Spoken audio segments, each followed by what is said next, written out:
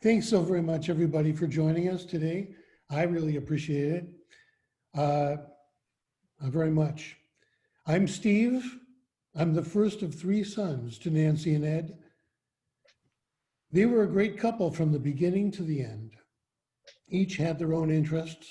Mom played the piano a lot and was dedicated to being tan.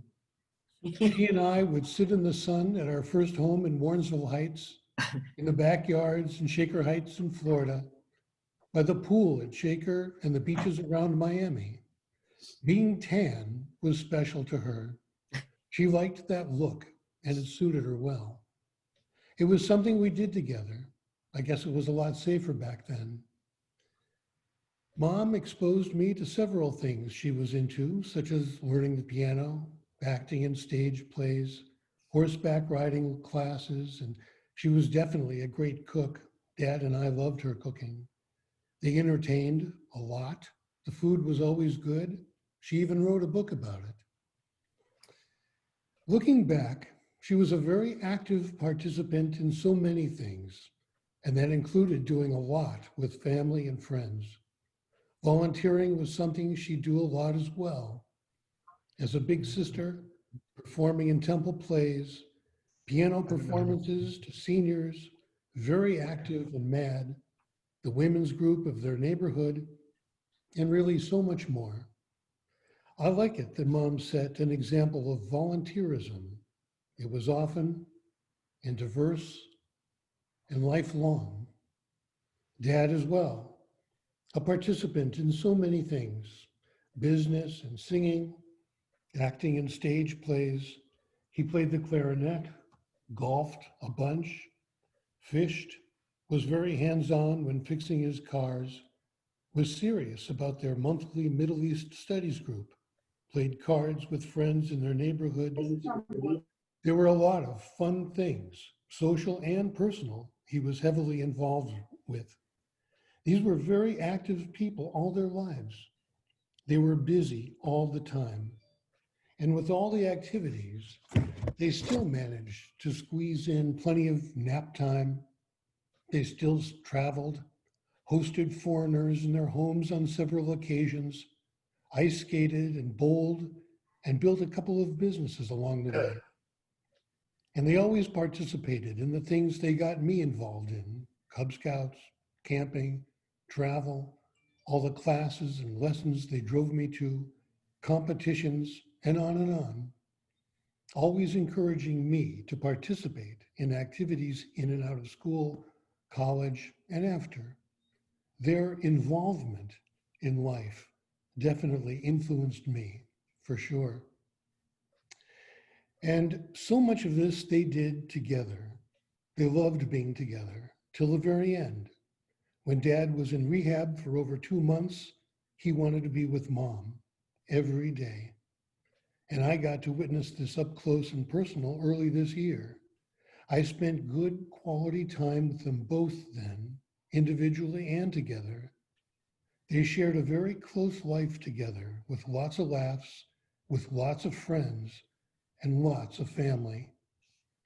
Their life together was quite beautiful to see.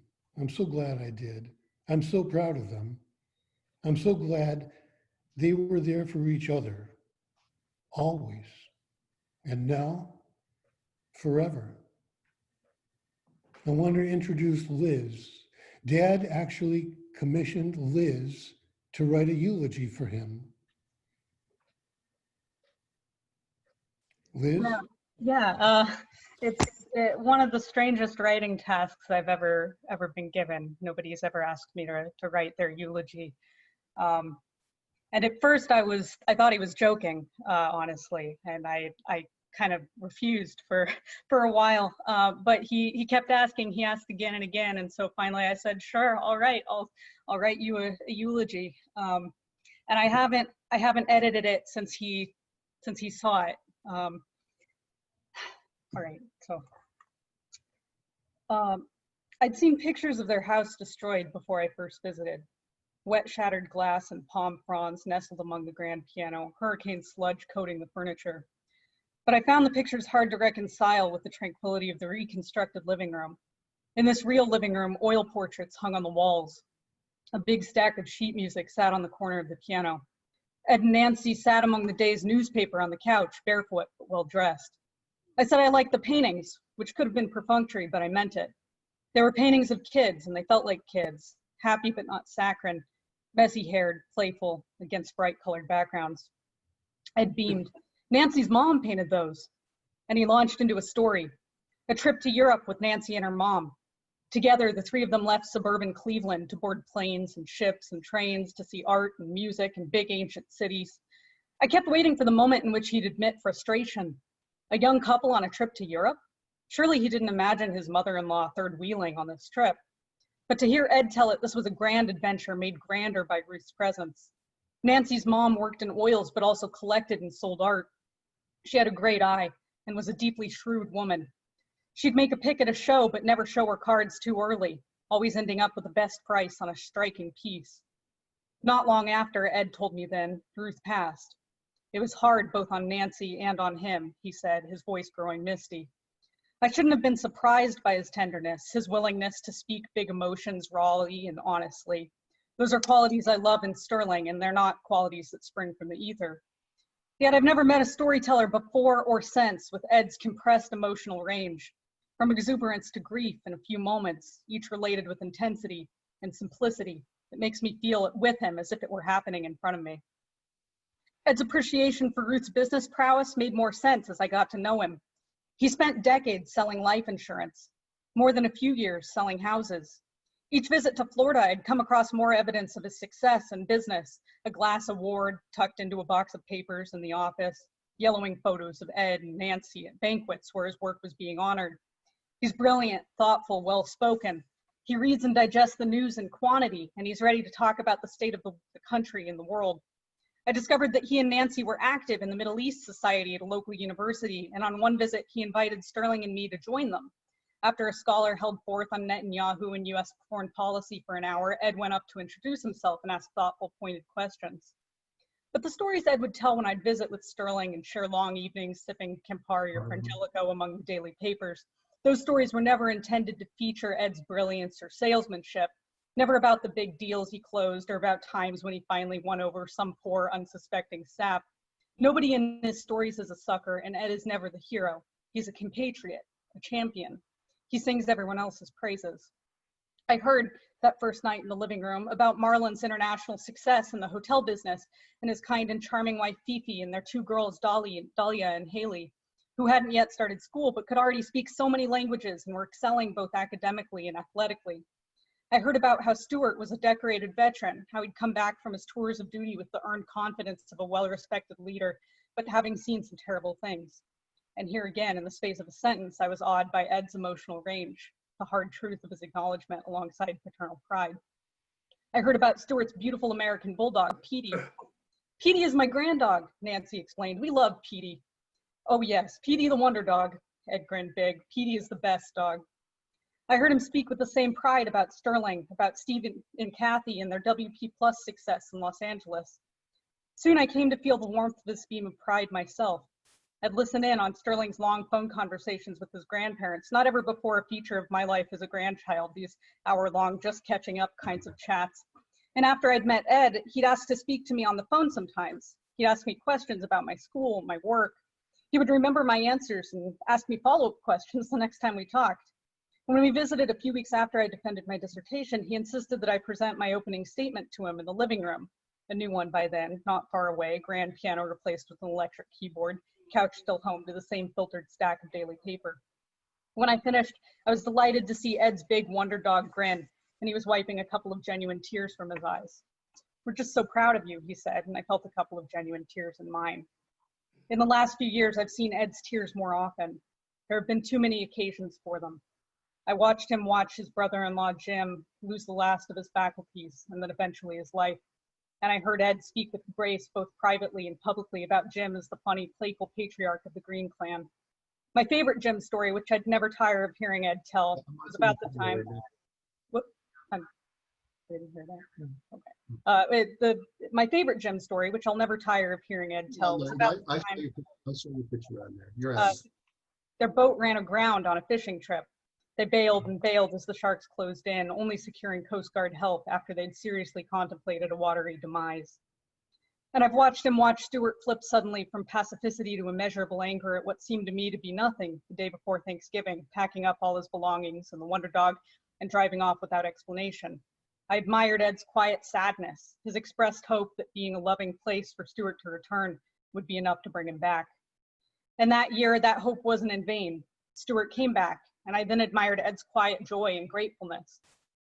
But Stuart hasn't always come back, and Petey the Wonder Dog passed.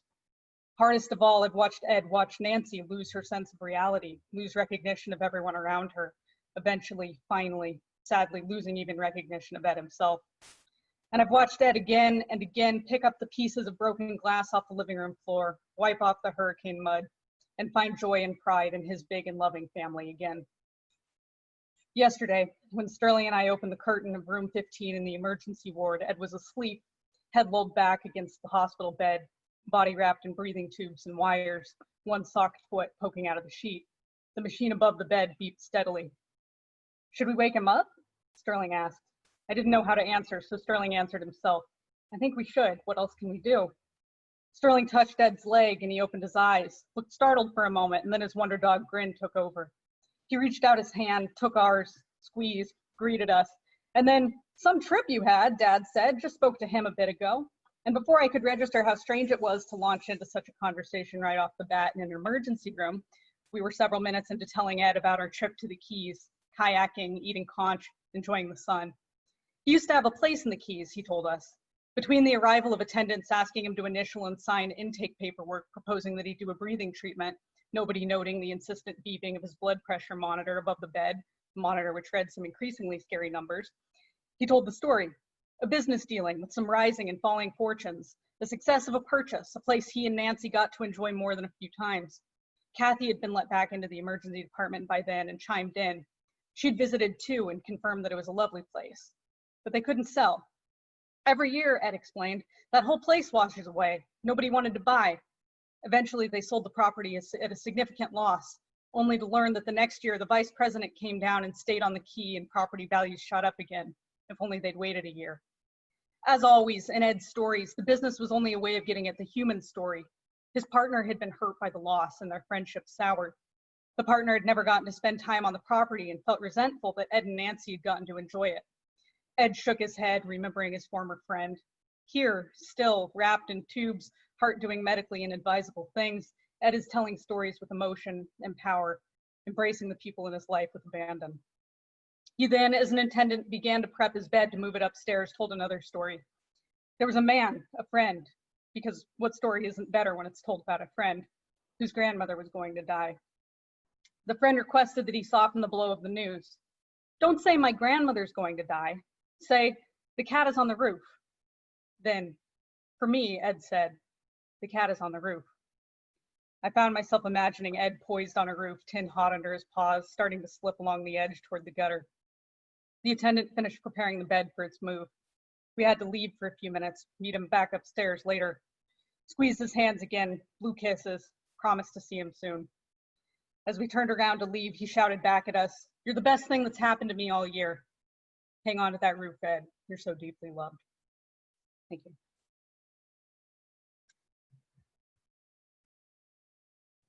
Aunt Mariana? Hi, everybody. Ed and Nancy could have taught us a master class in the art of life, setting examples with their quick wit, charming ways, generous spirit, giving hearts, upbeat musicality, positive outlook, pride in their family, strong devotion and love for one another. They got married when Nancy was 18 and Eddie was 21, and were filled with an enthusiasm that permeated their lives. When they said their vows, they meant it with all their hearts. That simple promise helped them through life's ups and downs, the good times and the hard times, the dreams that came true and those that didn't. And over the years, despite any tears, laughter dominated and resounded throughout their home. and their smiles lit up like welcome signs when you would walk in the door. In my eyes, Nan and Ed were a couple who radiated class. They had a sense of style and panache all their own. When they walked into a room, they drew people to them like magnets. Throughout their lives, they were cultured, community-minded, well-traveled, and talented. They had a wealth of friends, loved to entertain, holding dinner parties and hostessing musical evenings with Nancy playing the piano, while Ed would accompany her on his clarinet. They really were a dynamic duo. One of the best things that happened to us was having them move from Cleveland down to Miami, just a few miles away from our house. For the next 20 years, we were blessed to share so much of our lives with each other, and that closeness would last all our lives. They had a great life, and ours was made so much richer to have them nearby. For the last few years, we spoke on the phone almost every evening. This became our ritual, usually around 9 p.m., just to check in and catch up on their activities each day. By this time, their roles had reversed, and Eddie was now doing most of the cooking and shopping. And he would proudly share whatever new recipe he tried on their new slow cooker, or how he took Nancy shopping for some new clothes. These seemed like great accomplishments for Eddie, since Nancy had done these things for most of their married life. More importantly, Eddie was very protective of Nancy and always had her right by his side. Nancy was a beautiful, loving person with a great sense of humor and always a positive outlook no matter what challenges came up. In these last few years, despite having Alzheimer's and the cognitive decline caused by this illness, she was still Nancy. Loving and kind, quick to smile, even when she didn't recognize or remember who you were. That sweetness was at the core of who she was, and not even Alzheimer's disease could change that. Ed was a gentleman and a class act his whole life. In these later years, his dedication to Nancy was unwavering. There were times when I knew he was being stubborn these last few months, not wanting to let Nancy go to the memory side of the for a few hours at the Lenox, their assisted living facility. But I know that it came from being protective, and his love and devotion to her. Looking after Nancy was his top priority, and he did a great job. The two of them were so proud of each of their sons, daughter-in-laws, and grandchildren. They celebrated every accomplishment and milestone that each of them achieved as if it were their own. Even more than the accomplishments, the milestones, they were proud of the men each of their sons had become. Ed and Nancy were married for 72 years. And after I married Jim, I was blessed in having them as my brother and sister for 55 years. In my eyes, they were soulmates whose love will be everlasting. God bless them always, and may they rest in peace. They will always be a part of my heart, and their legacy will always be cherished by all the family.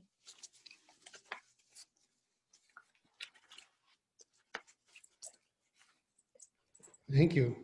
Thank you, Andy. Thank you, Andy. Conrad?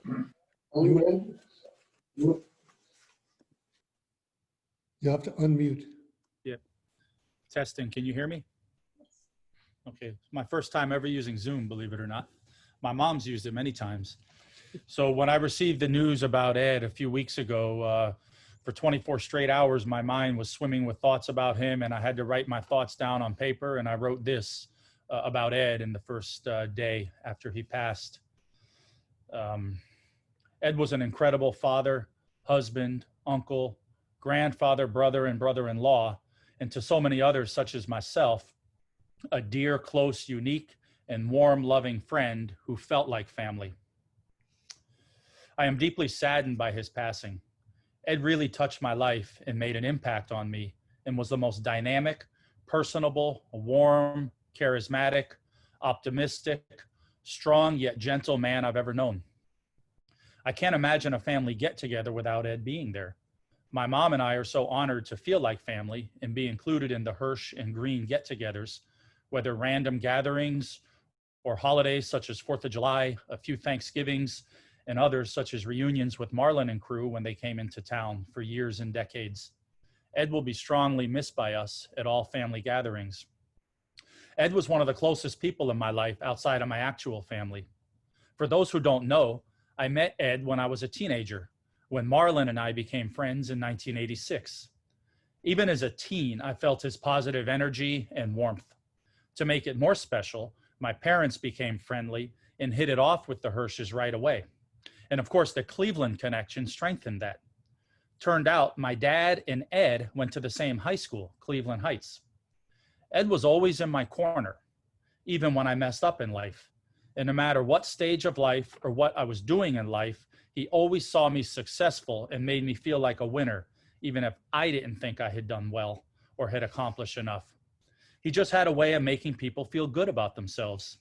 He's the only person I know who could be calm, warm, and gentle and take over a room while at the same time making every person there feel included in what he was saying or doing. He could tell stories, make people laugh, and demonstrate great power without seeming to try. His choice of words was incredible. I cannot picture him without a smile. Here's a couple memories that stick with me a bit more than others. First one is the Little Abner play at the Temple. Marlon took me to this in high school. Thank goodness, because I would not have chosen to go on my own, but I was glued to it and loved it and was blown away by Ed's performance and stage presence. Many of Ed's speeches stick with me. However, his speech at the 2013 Hanukkah Thanksgiving celebration, both praising and condemning Mariana for hosting such an event, yet putting too much work into it, is unforgettable. Ed's 80th birthday celebration. Ed always seemed happy, but this day seemed even more so than most. And of course, I cannot forget the last time I saw Ed, this past December 2019 at Marlon's going away celebration. Despite Marlon leaving and missing him, Ed was so happy and proud of Marlon. This sadly was the last time I saw Ed. Fortunately, over the last few years, I was able to share with Ed on a couple occasions a few of my stories and memories and appreciation of him being in my life. I can truly say that I was fortunate to have Ed in my life, and it will take me a long time to get used to him not being here. He was solid as a rock and someone that I could just never imagine not being around. I always felt more cheerful, better about life, better about myself, and about people when he was present. He seemed ageless and too strong to leave us. And even at 93, it feels like he left us too soon. I realize how great it was for all of us that he was in our lives. Thank you. Thank you, Conrad. Kathy, did you want to say something?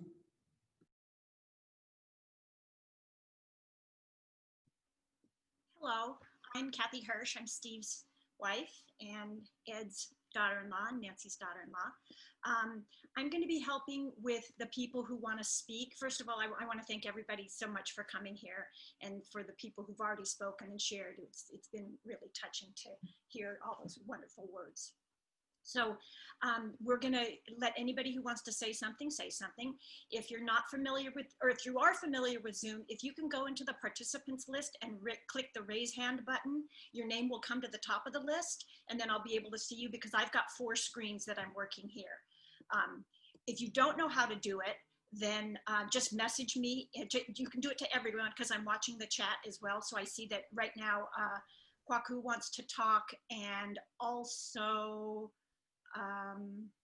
we are not going to, we're only going you will have to unmute yourself when you're ready to talk. So we're going to go to Kwaku first, and then I see Rachel is next. So Kwaku, if you can unmute yourself, go ahead, please. Thanks, Kathy. So everyone, I'm Kwaku George, known as KC, and consider myself Mr. and Mrs. Hirsch's fourth kid. Like Conrad, Marlon and I met many years ago and became best friends. We spent the night at each other's houses, in each other's beds. Our families fed the other child when there was trouble in one house. I would seek refuge at Marlon, and Marlon would seek refuge at my house. I distinctly remember us backing out our parents' cars as teenagers to go to the falls, to do high school kid things. And what I most want to say is that when you have a situation where you have loving parents like Marlon, Stu, and Steve have, is that they shared themselves with the community. I was introduced to golf, to tennis, to the practice of real estate, learning about finances and insurance, and more than anything else, introduced to having a lovely family that was distinctly diverse and different from my family from the Caribbean, from Guyana, right? So, you know, this news is so troubling and unsettling in so many ways, because I do remember all the great times we had. Marlon, Fifi, my heart goes out to you guys. Marlon knows I asked for his parents every single time we talked. How are they doing? What's going on? How are they doing? My family, my broader family, my mom, my Aunt June, who's connected from Canada, my immediate family, Carissa, Bakari, the twins. We send our regards. We send our love. We'll continue on. I love you all. Marlon, you have my support. Thank you so much, Casey. Rachel? Hi, and Kathy, my mom may not know how to use the raise hand icon, so can I pass to her when I'm done? I just wanted to say, hi, Marlon. Hi, Steve. My mom and I talked to Eddie about 2 weeks before he left, and I was able to apologize to him because I had made a promise to him 45 years ago when my dad died. I made a promise to Eddie that when I got married, he could walk me down the aisle. And I never gave him that opportunity. And so 2 weeks ago, I apologized to him for that. And he said that I shouldn't give up, that there was still a chance. And so it was, I think in many ways, even though I'm very familiar with loss, I just never imagined a world that Eddie wasn't in, and Nancy as well. We all grew up together. Marlon, I have some really embarrassing pictures of you as a child. Our families were intertwined, and just the energy zap, the energy sap from the universe when both Eddie and Nancy left was felt. And I will miss them very, very, very much. And if it's okay, I'll pass to Iris November, since I don't think she knows how to raise her hand. I will unmute her. Thank you. Thank you so much, Rachel. Oh, I unmuted myself. Rachel just knocked me right out. I'm sorry. I was doing fine until then. Okay. Hi, everybody. I love your smile, Marilyn, Fifi, Steve. I love you guys so much. Okay. I met Eddie and Nancy 72 years ago. I was 15. You do the math.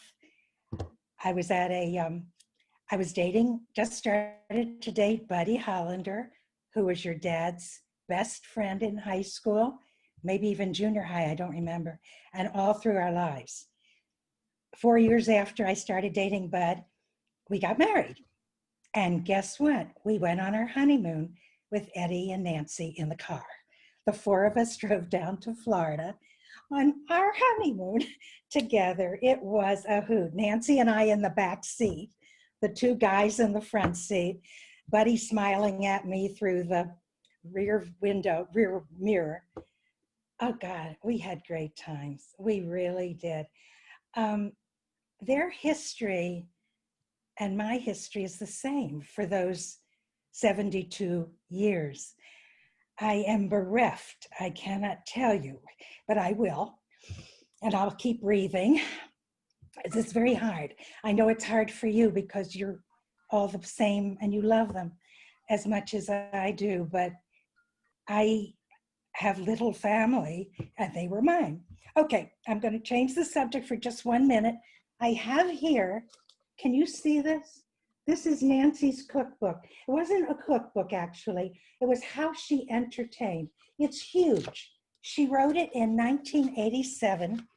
Her inscription to me was, "To Iris, my one friend who least needs another cookbook."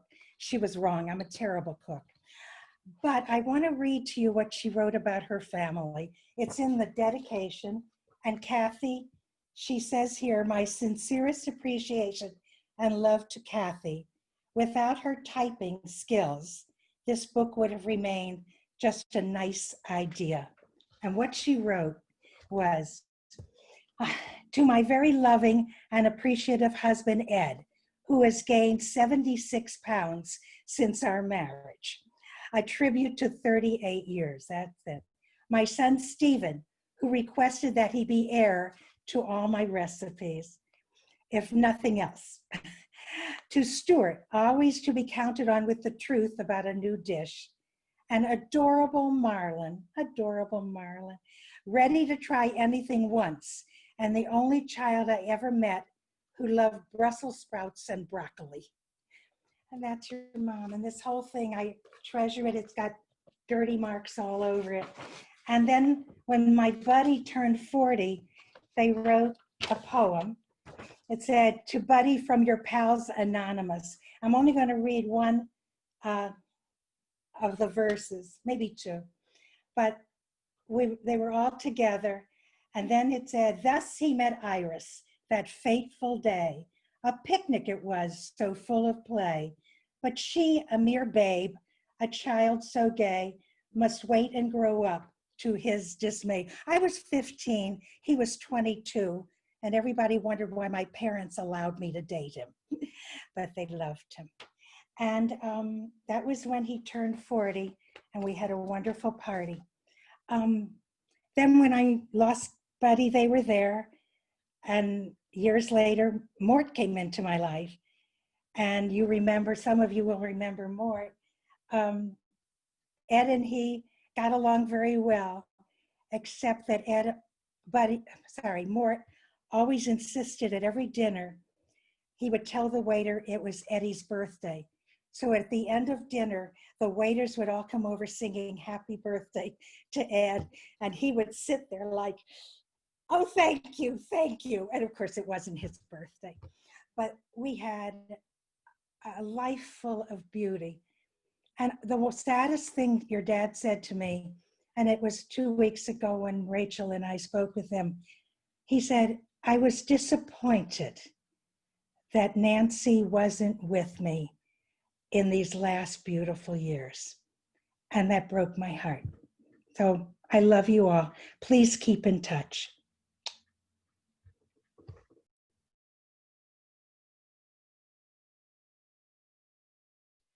Wait, Kathy, you're muted. Kathy, you're muted. Yes, I am. I should know that. I was saying thank you so much, Iris. I know how special you were to them as well. Beautiful words, so thank you for sharing. Mar and Fifi, I see your hands up. Yeah, thanks, Kath. It's very nice to see everybody here, friends and family, friends that we haven't seen in many years. Mira Auerbach, Iris, Weilers, the Naiman family. These are household names in the Hirsch household. And just to be able to see everybody here today, it's really quite nice. And thank you for joining us. I just wanted to share a few memories. You know, as when I was younger, Mom used to play the piano, obviously, and we used to sing songs, and You know, I just wanted to share a few of my favorite things, my memories of mom and dad. Dad, everybody knows Dad was a storyteller. Dad's personality, gregarious, gentlemanlike, but he had many, many sayings. God only knows where they came from, such as, "You're sweet Bippy. I think I am delightful. I think you would be silly not to." I remember traveling to the Florida Keys when I was, I don't know, maybe 7 or 8 years old. And we would play word games, many games you know, as a kid, you play in the car as I Spy. But I remember Dad teaching me the first word, or not really my first word, obviously, but we would spell catastrophic in the car. And I thought that was kind of interesting. Throwing the football in the front yard, playing golf and going to golf tournaments with Uncle Tom at Doral and Turnberry Isle, playing tennis with Mom and Dad, learning to play the clarinet, listening to Mom play Claire de Lune, going to musical plays. You heard Conrad talked about Lil Abner, the community theater, whether it was Annie, many, many plays there at Miami Theater International Performing Arts. Our trip to Israel when I was 13 for my bar mitzvah. I mentioned community theater, Indian guides as a kid. Brian remembers that. Listening to Dad talk about mathematics. Kwaku had made mention real estate and insurance. I used to listen to Mom and Dad talk real estate and learn balloon mortgages and talk real estate over dinner at age 9 and 10 and 12 and 13 and 49. Mom's curly hair and watching Mom go to the nail salon frequently. Having them take me to one of my first movies, which was probably Victory with Sylvester Stallone. Watching China Syndrome as a kid. Going to R-rated movies with Mom. Going to the shooting range with Mom and Dad. Listening to, again, insurance, talk motorcycles, fishing. Chicken Kiev, brownies, Lebkuchen. Buying a dog from the pound. Listening Dad talk to Dahlia and Haley and use the word icky poo. Cleaning the pool over and over and over and over again. Sitting with Mom and Dad in rental houses on a Sunday as they held the houses open.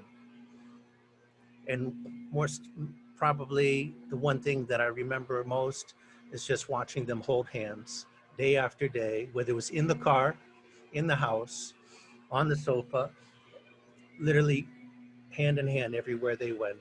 So I just wanted to say thank you. Those are a few of my favorite things. Beautiful, Marlon. Thank you so much for sharing. Karen? Actually, it's Daniel who has the memory to share. So Aunt Nancy and Uncle Ed were my great aunt and uncle through my grandmother, his sister Eileen, up in Connecticut. And I got to know my great aunt and great uncle over the phone. They called on a regular basis when I was growing up for my birthday. But what I really remember was going down when I was 12 years old and Aunt Nancy trying in vain to teach me how to cook, which did not go well for me. You went down by yourself. And I went down by myself. Thank you, Mom. And Uncle Ed trying to teach me how to play pool, never letting me quite win, but always teaching me how to play. And he taught me how to spin shots and do all these amazing things. And I will never forget that time.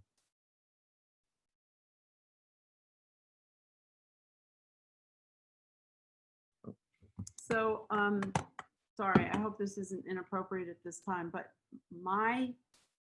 so I was really excited to hear the name Buddy Hollander because Uncle Ed and I, our last conversation was actually on my mom's birthday, which was July 26th. And he called me and he said, your mom would be 90 today. And I said, no, there's no way. My mom died at 75. And I'm like, no, there's no way. There's no way. And then I'm like, oh, wait, I'm gonna be 70. Oh, yeah, okay, I guess so. So, you know, we had a long talk about things, but the name Buddy Hollander was one that I always heard a lot. And I think, Marlon, I told you this story maybe a month or so ago. It is my recollection, and there might be somebody on this chat, on this call that that can tell me if this is wrong, is that Ed and Nancy met each other through my mother, because they went to high school. My mom and Nancy went to high school together, and she brought Nancy home for dinner, was the story, the version I got. And I wondered if there's anybody, and anyway, that was it, love at first sight or whatever, but is there anybody else who knows the story differently?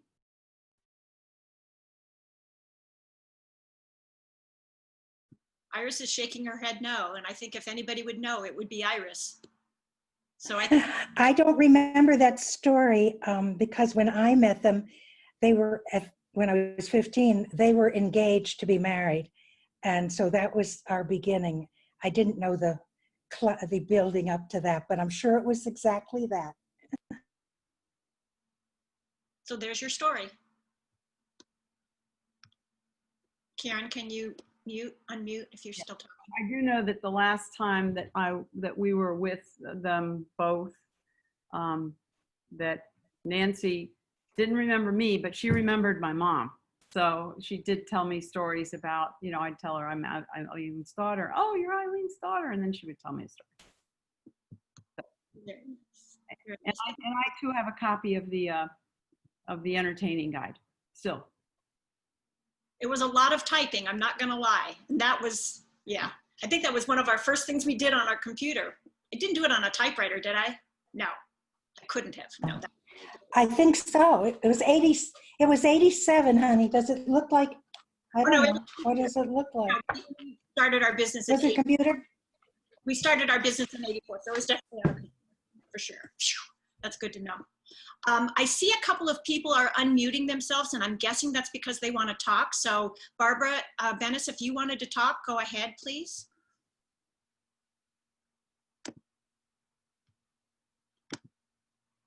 Okay, she muted herself. Is there anybody else who would like to say something? If you want to raise your hand either in the chat or, okay, that's not Mariana, that's Brian. Brian, go ahead.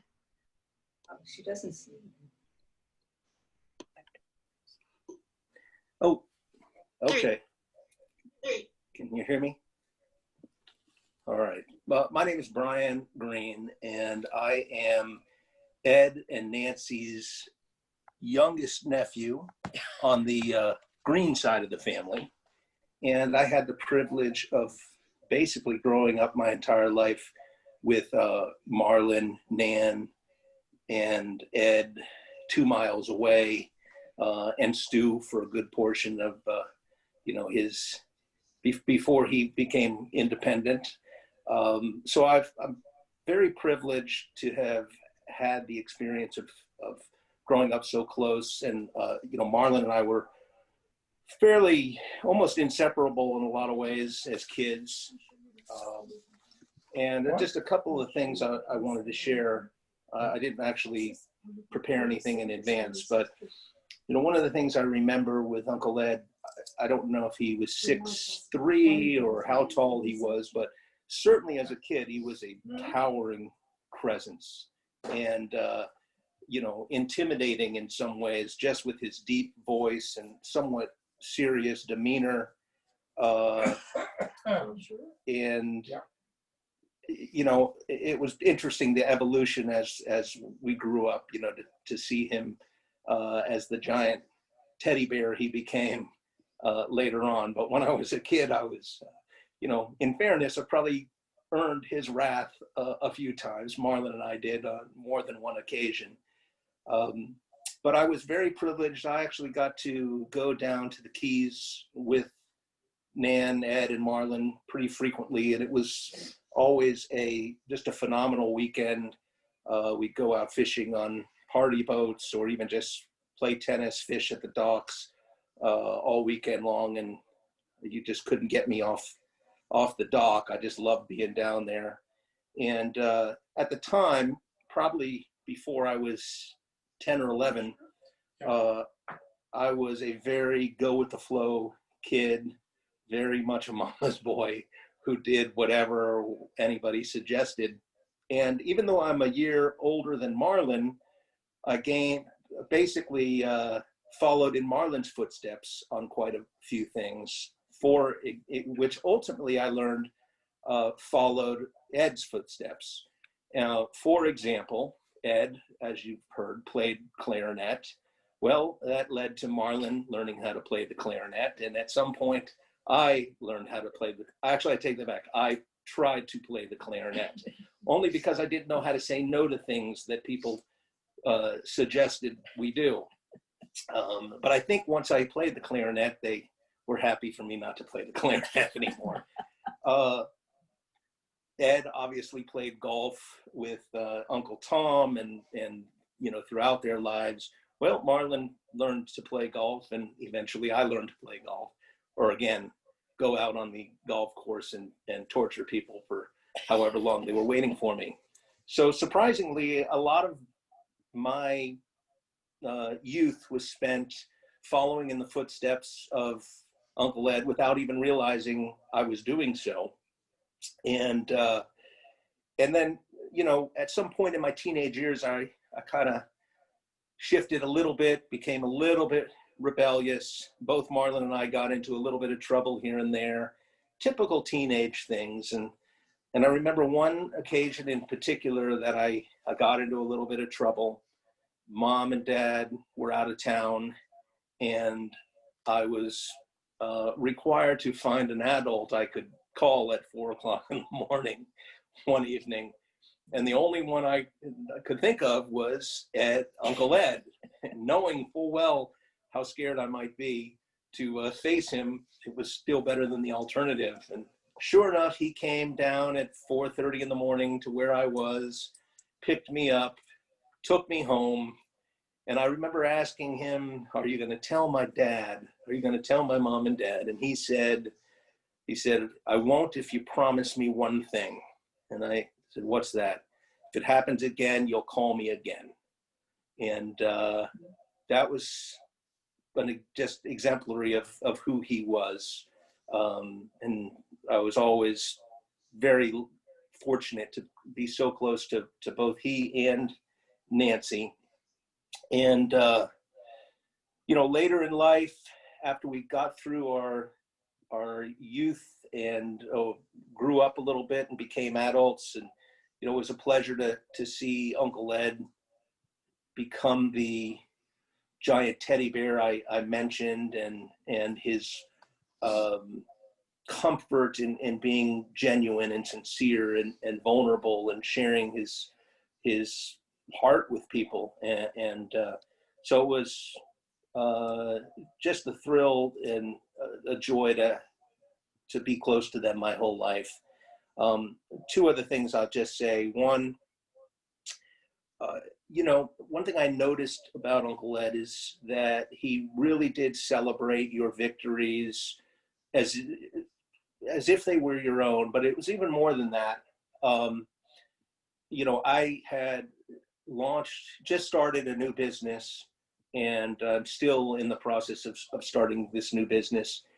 And Ed would look at you and talk to you as if you were Warren Buffett. I haven't had any success whatsoever, but in his eyes, you were a success and a towering success. And when Marlon got into the hotel industry, even in the early stage, in his eyes, Marlon was going to be the GM of Ritz-Carlton International, the entire world. And it was like that over and over again with each of his children, with each of his nephews. And he just saw the absolute best in all of us. And such a just positive influence and love that he didn't hold back and really made you believe in yourself.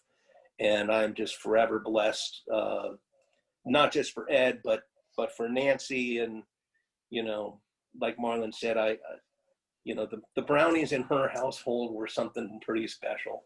And so very, very grateful.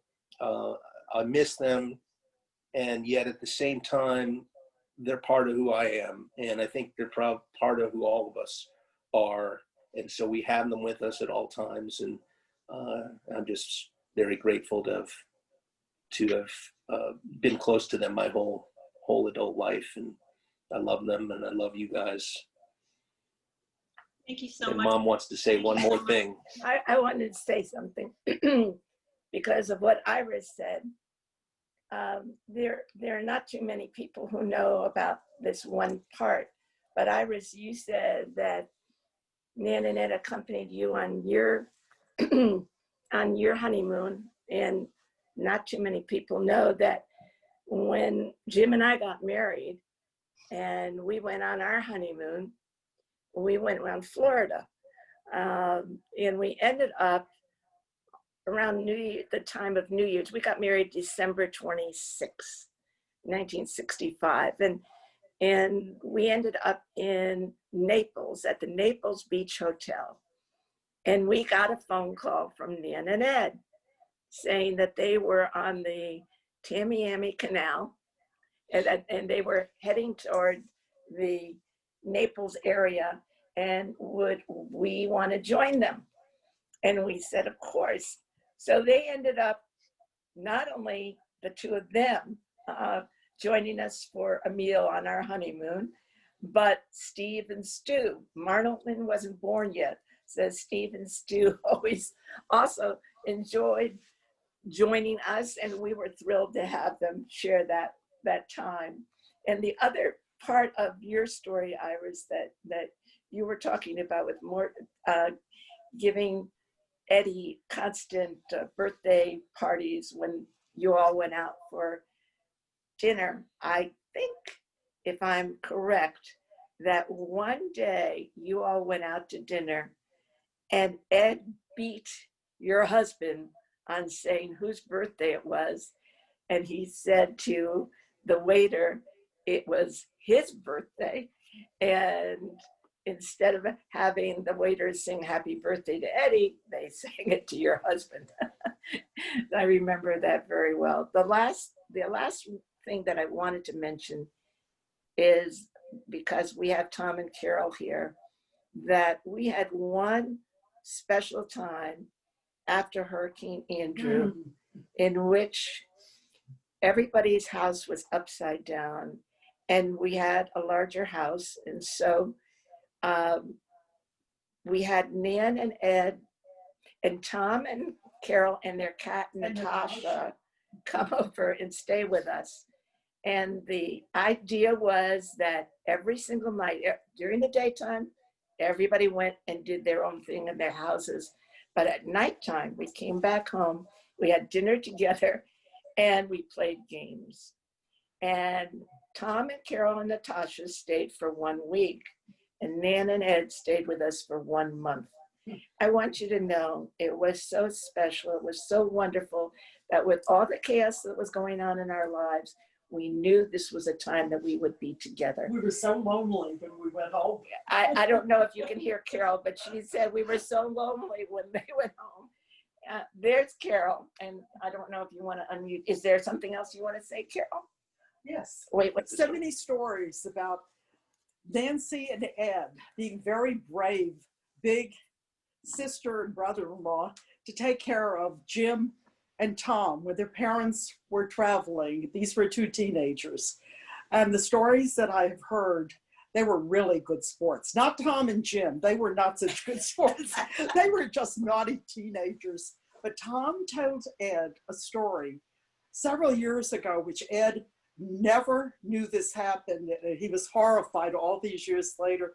Tom proceeded to tell him one evening when we were over here that he went into Ed's drawer in the bedroom, and Ed was having a fraternity party downstairs. And Tom found a loaded gun, which he proceeded to shoot through the floor downstairs. He could have killed somebody because there was a room full of young people, and he never told Ed. They never found the bullet, but Tom was very scared at this point. He never told anybody till 50 years later. But we will really miss Nancy and Ed. We try to stay in touch with Ed and talk to him every week for the last many months. And as always, he always sounded wonderful and cheerful and wanted to know what we were doing and what Spencer was up to. And just a sweetheart. And you know, what more can you say? We've known him, And he and Nancy were at our wedding in New York for 58 years ago, but they didn't go on our honeymoon with us. I guarantee you. I would have remembered. But we treasured the relationship, and we will miss them enormously. And Tom will too, right? Did you wake up? You bet. Okay. Sure will. Thank you so much for those memories, Carol. I'm going to go to Florence. Okay, I'm Florence Filer, and I met Nancy and Ed 23 years ago when we moved into San Marco. And Nancy and I talked, and we tried to figure out what we had in common. And she said, "Do you like to go out to eat?" And I said, "I sure do." And that's how we became friends. Nancy and I got active together in Hadassah. Nancy went on to do programming and decorating for Hadassah. And of course, she modeled in our fashion shows. And it was such a pleasure to be her friend and Ed's friend. And Leonard would go fishing with Ed, and we went to all their parties. And when we had a hurricane, after the hurricane, she had us all over to the house, and we all brought food and ate together by candlelight.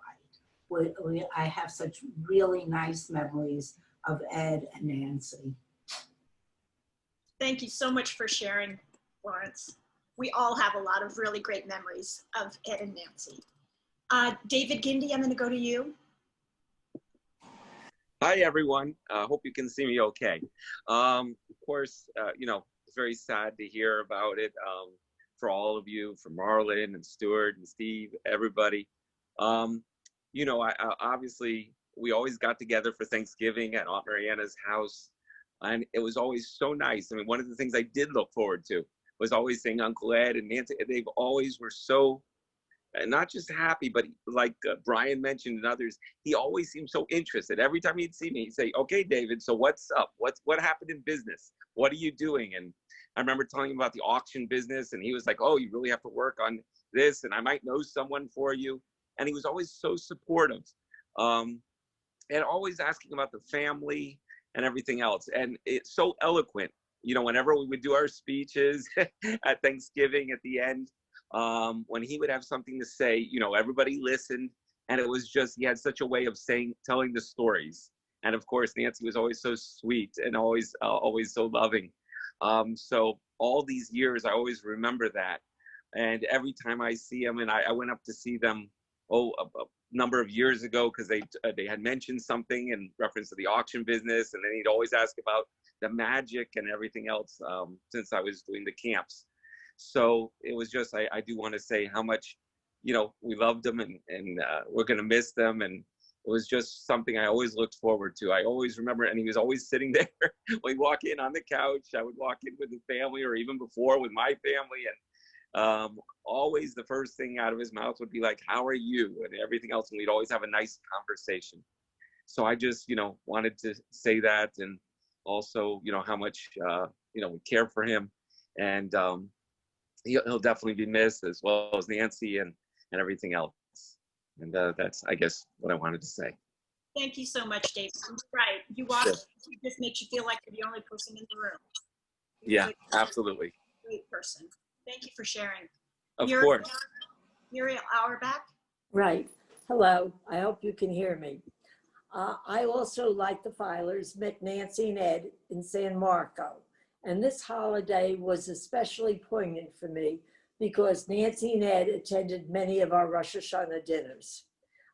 They became a fixture at a number of them because, not that we didn't find them charming and lovely and everything, but Nancy had a special talent. My mother would always say to me, "Is the challah lady coming?" Because Nancy made the holly for every one of our dinners. And it wouldn't have been right. She would ask me each year, "What do you want me to bring?" And I'd say, "What do you think I want you to bring?" And my mother would say, "What do you think you're going to bring?" And it was the holly. So when Rosh Hashanah came this year, I thought about that holly because I was eating one from Publix today. And I said, this does not begin to compare with my memories of the wonderful holly that they used to bring. So my love to all of you. My memories are pleasant ones, and that's what I'm going to try and stay with. Thank you. Thank you so much, Muriel. Well, now I understand where Steve got his cooking, because he makes really good. Ooh, Barbara's holding up a fantastic challah, but Steve makes fantastic challah. Oh, really? Now I know where he gets it from. Thank you so much for sharing, Muriel. Is there anybody else who would like to share? You could either raise your hand like this or raise your hand virtually. Or you can unmute yourself. Deb. Yeah, hi everybody. I'm Deborah Weed, and I am Aunt Mariana's my aunt. And so every Thanksgiving we've always gone, and what I want to say is a little bit different. I think that the legacy of any parents is their kids and the family. And I've known Steve and Marlon and Stewie forever, and Kathy and Fifi and the kids. And you guys are such good people. You're just really, I mean, like Marlon, when you were talking, my heart just went out to you. I could feel it. And I just, knowing Ed and knowing Nancy the way that I do for all these years, I feel like they would want to share with you that you are their legacy. They love you so much, and through you, they will live on, because you've got so many of the kind attributes and the sweetness. I mean, like Nancy would always say to me, oh my gosh, you're so beautiful. She'd always make me feel so good. And that's how you do the same thing. So I just wanted to say that.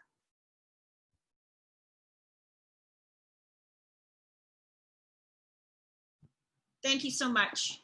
They're nodding their heads. They appreciate what you just shared. It was beautiful. Thanks. Is there anybody else who would like to share? You can either unmute yourself or you can raise your hand. If you don't know how to unmute yourself, we can help you. I'd like to say something. Okay, Arlene, go ahead. I'm Arlene Kadish, and I was a neighbor of Ed and Nancy. In fact, Ed sold my house to me in San Marco about 14 years ago. But I started looking for houses about 2 years before that.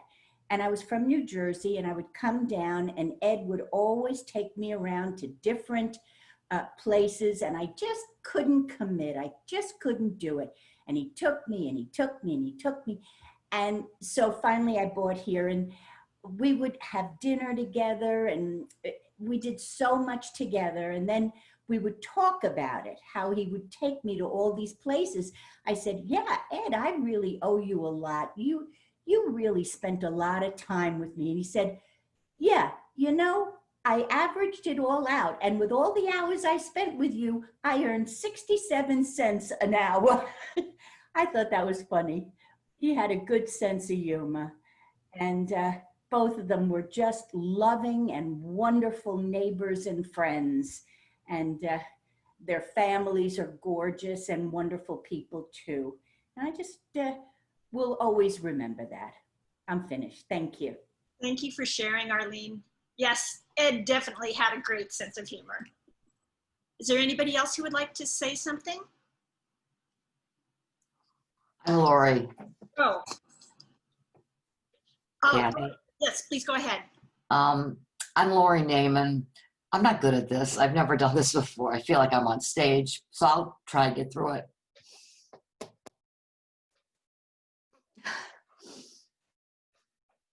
I'm sorry. Ed brought my father into the insurance business many decades ago, and our families became close up in Ohio here. And I'm basically going to reiterate what I said to you, Steve. The memories that our family has of Ed and Nancy and the family are just wonderful. There was always laughter. There were evenings when Mom and Dad and Ed and Nancy would get together. We'd be at the other end of the house, and all we heard was laughter. We took one vacation together in Sandusky. We rented cottages, and it was with the kids, and we just had the most fun. They were two very loving people, very enjoyable to be with. they loved life. I remember Nancy coming, when they came over, Dad played the piano also, and that memory of Nancy's nails clicking on those keys, I just, I was a little kid, and I was fascinated because as a little kid, I bit my nails. But we miss them. We haven't seen them in a while. It was very interesting to be with them as adults versus being with them as kids that were told to be seen and not heard sometimes when the parents got together. But we love them, we miss them, we feel for you, and we wish you all the best from all the Naimans. Thank you. Thank you so much, Lori. Could I ask a question? Absolutely. Kathy, could I ask a question? Was Lori's dad Jack Naiman? Yes. And who is that Iris November? Oh, it's Iris. I thought that was, I saw your name. At my and wonderful wedding. Yeah. I thought you were Mort's wife, yes. One. Small Mort world. couldn't come and your mom couldn't come. And I was at Marlon and Fifi's magnificent wedding. It was a weekend that we just had the best time, and Nancy never stopped cooking and I never stopped doing dishes, but I had the best time. But Jack and I managed to get through that weekend together because we were, alone at that moment. Very kind, very sweet, just a really nice guy. So I'm so glad to meet you. I'm so glad to meet you because I've heard so much about you. Thank you. I remember being at your parents' house in Ohio. You do. I do. Do you remember? Okay, I have to ask because I was reminded, and I think I don't know who said it, but Nancy's mom being an artist, because she painted, if you remember the house in the back by the waterfalls, she painted a picture of my little sister Kim when she was about 4 or 5. And we still have that beautiful oil painting. This painting right here is Yes. from Ruth Green, from Nancy's mom. Yes. Behind me. She was highly talented. I remember her sitting in on that back patio, painting away, and what she did with the brush was fabulous. Yeah, yeah. Thank you so much for sharing, Lori. Thank you. Andy, you're up. There we go. Had to unmute myself there. Hi, I'm Andrew, and this is my wife, Simona here. I'm Aunt Mariana's son and Brian's younger brother. So you can place me that way. It's hard to think of where to begin, and just was composing my thoughts.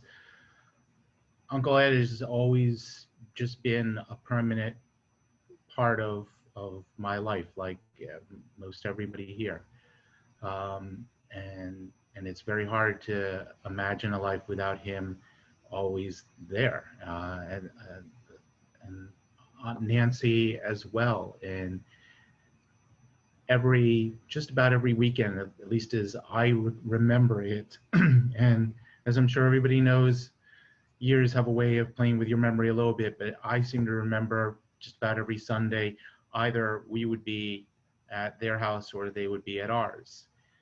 Aunt Nancy would either be serving you something remarkable or recruiting you into the kitchen to help make something remarkable that she'd pull out for some sort of feast that she could just do in the most casual way. She'd just be, just a little something, and yet you'd be eating lox and herring and of course brownies and countless other dishes. And Uncle Ed, the thing about Uncle Ed is he lived life larger than anybody I knew. You had a bar mitzvah at the synagogue down the road. Uncle Ed took Marlon out to the Wailing Wall. You got a car at the dealership down the road. Uncle Ed flew with Aunt Nancy and Grandma to Germany and picked up a custom-made Mercedes-Benz, drove it around Europe before having it shipped home. But as if this wasn't, to me at least, pretty amazing about him, thing is, as a few people have already noted and commented on, he had a way of making you nonetheless seem like the most important person in the room. When you would talk to Uncle Ed on the phone or in person, it wasn't these things that interested him or that would really serve as the topic of conversation. And as much as I might try to get him to tell me some of these stories, he always would manage to drift it and shift it onto you, whatever you were doing. You were somehow me going down to the car dealership was more interesting than him going off to Germany. Somehow whoever he was talking with, no matter what they were doing, you could take a trip to the grocery store, and somehow that just became quite an adventure and far more interesting than anything that was going on in the Hirsch household, despite the fact that the Hirsch household was usually in one way or another always pretty exciting. And it's going to be very hard to imagine family events like Thanksgiving coming up, or just a typical Sunday where we're not together, where we don't see him. Thank you. Yeah, this is going to be a tough Thanksgiving. That's for sure. Because I'm getting some questions in the chat. Mariana is married to Jim. Jim is Nancy's brother. So then that's the relation. So they were asking me what the relationship there. And then Andy and Brian are Jim and Mariana's two sons. And I'm seeing some other cousins on here as well. I'm seeing Don Queen from California, Todd Kalish are you from California still, Todd? Okay. And I see Mark Green. Do you live in California, Mark? Unmute. Unmute. Are you in California? We are. Am I on mute? Yeah, you're good now. Good. Good. So I see Mark Green from California, and I see Stephen and Melanie Glick. Are you from Boston? Are you in Boston, or where do you live now? We're in Delray Beach, Florida. Oh, wow. Yeah, and Melanie would talk to Nancy quite a bit on the telephone. Nancy would call Melanie quite a bit, and I remember we were trying to help Ed's nephew Sherman get some services from the Veterans Administration, and he was. I didn't know Ed very well. I only met him at your wedding out in California when we were out there, and he was great. He just was receptive right up to the plate. He loved his nephew, and and we got along like I was related to him, and we didn't really know each other that well, but we were like family, even though because I don't know why, but it was just we had that a little bit of a connection there, because we were working on the same thing. We were trying to help somebody, and I just was always very impressed with him, as a real gentleman. He's an impressive individual, that's for sure. Yeah. And then I just want to mention that Tom and Carol, who are with Brian and Mariana, Tom is Nancy's other brother, and then their son Spencer Green I see him here. He's from California as well. So is there anybody else? I'm sure I missed somebody, but is there anybody else who would like to say something? You can say it in the chat. Sterling? Yeah. They were good grandparents. And I certainly had I had a much longer and fuller relationship with them than my other grandma. And it was easy to take for granted how good of grandparents they were. But having gotten a few years, having had some perspectives and having some more experience with other people's grandparents, and seeing what everybody here has had to say, it's really put in perspective how lucky I was to grow up having them as my grandparents. Ed had a really, as a lot of people here have alluded to, he had a really great way of celebrating your accomplishments and making you feel like whatever good news you told him was the best news he's heard all day, and that, you know, you've just made his week by sharing with him. And he also had a really great way of handling bad news, I thought, which is maybe even more important. I'm thinking about when you'd be discussing something bad that was happening in the world, with family, something to you. It was serious. It wasn't too heavy. It was always, how can we get through it? This is a real problem. We can solve it, and always looking forward to what to do next. Nothing was ever too big of a problem to work through. So I think that's a really valuable trait. He was a good guy. Thank you for sharing that, Sterling. He was my daddy-o. That's what I called him. And I would answer the phone and it would be him, and he would say, "Kathy, darling, tell me what's up." And I'd say, "Daddy-o." And then we'd go into our conversation. So it was always Kathy, darling, and daddy-o. Is there anybody else who would like to share?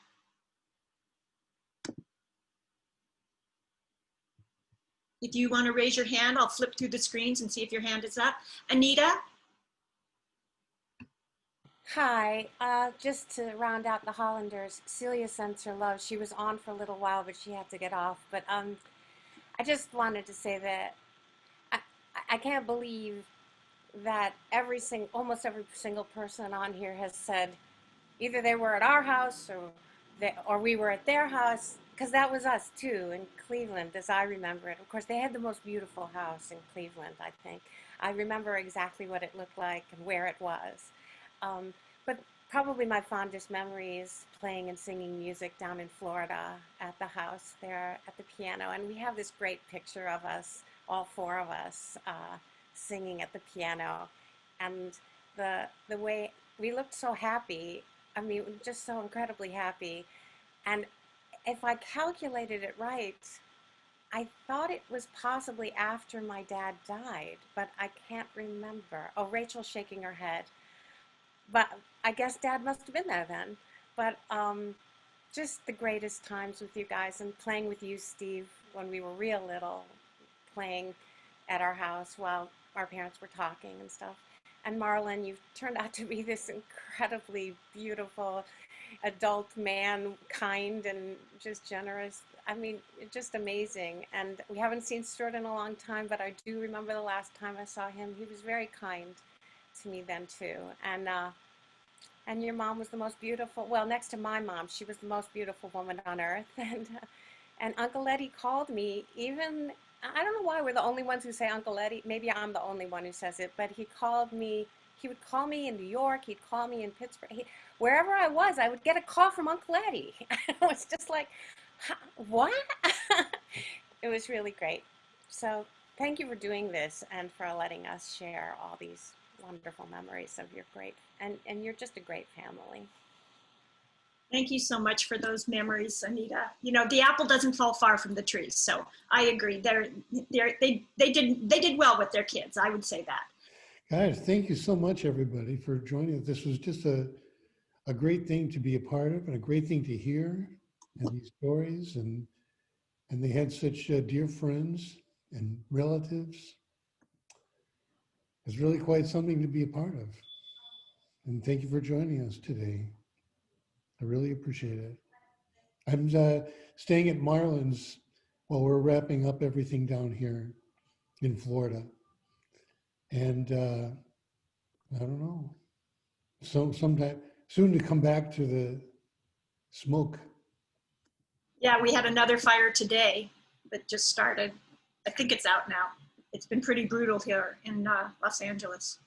It was something that Kathy could see from the house. She sent me a picture.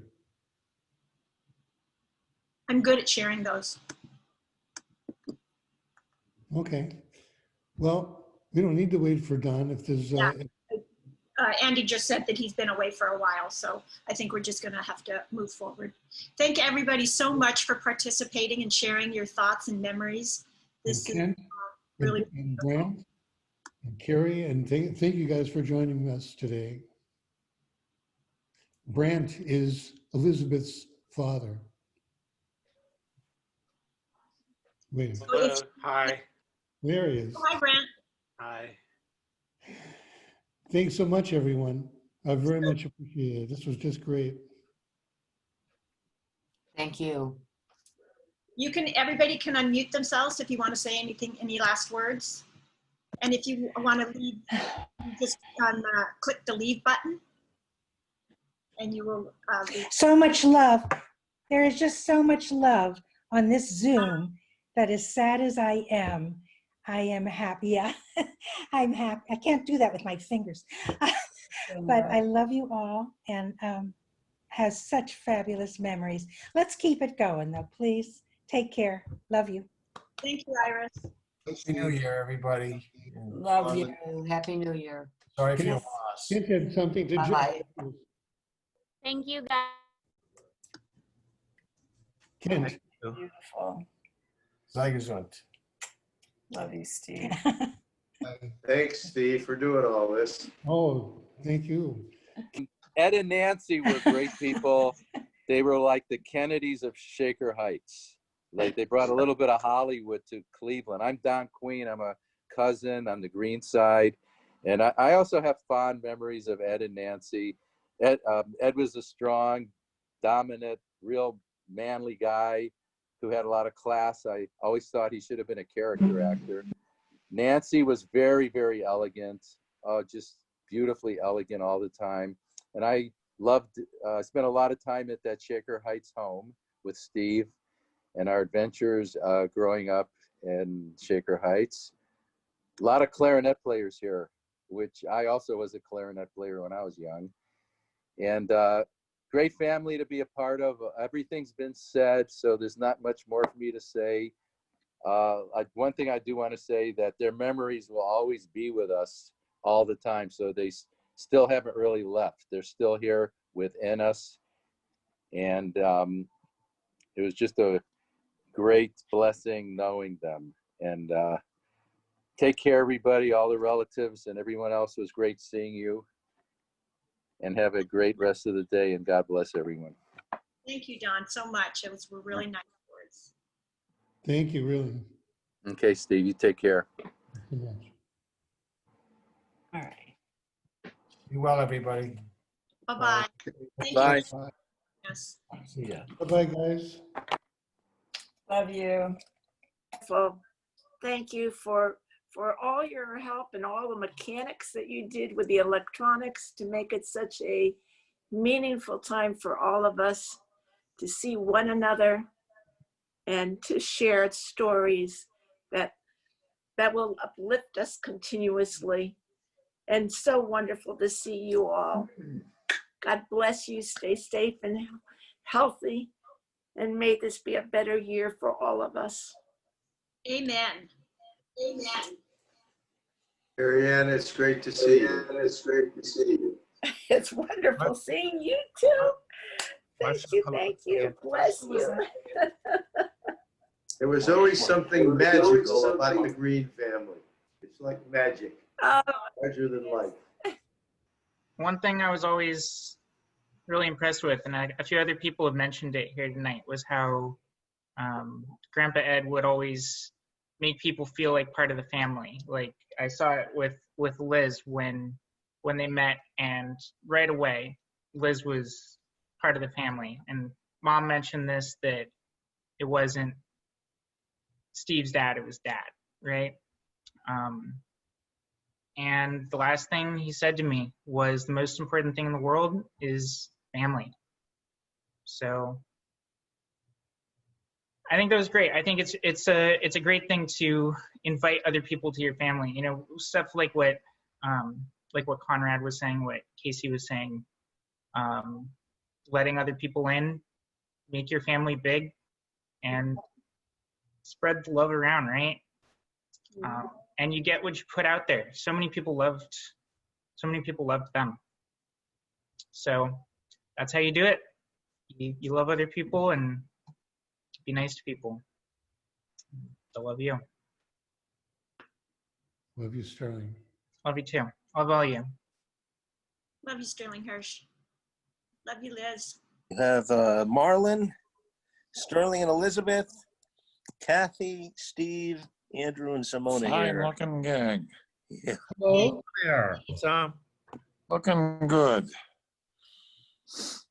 And you're looking good. That's all of us looking good. Mm-hmm. What's the word, Uncle Tom? What's the word? Looking good. The word is Gesundheit. Gesundheit. All right, that's a good word.